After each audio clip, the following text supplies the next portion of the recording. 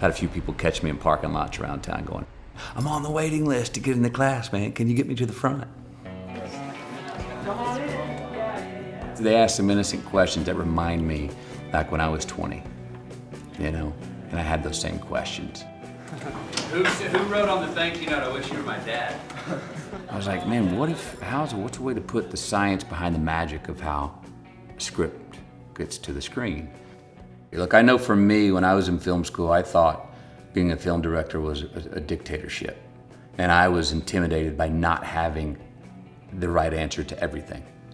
I go work on Dazed and Confused for 3 weeks. I'm like, oh, you don't have to have the answer to everything. Yeah, you're still directing where the film goes, but you don't have to have the answer to everything. You can be open to being inspired. You can be open to a PA having a good idea and try it out. You can be open to actors having a different good idea that maybe wasn't what you saw, but it's a truth for them and it's still true for your scene. Go with it. I think that's the first thing I told everyone after our first class with him was that this is not an Academy Award winner. To me, like his presence, no, to me was like his presence was like, this is the most personable, amicable human being. He's literally just having fun.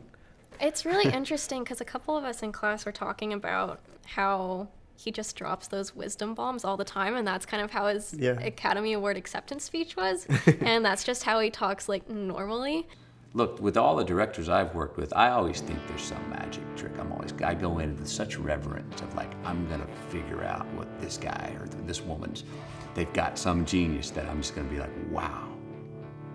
None of them have. None of them made me go, oh wow, that's it.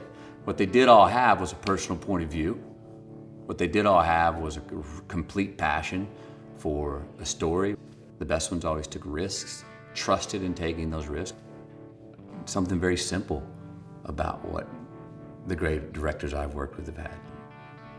You know, so I'm kind of in class as well, but I'm also making verbal contracts with myself when I share some things with them, and I'm reminding myself that, you know what, that was true for me 20 years ago, and I've continued to practice it.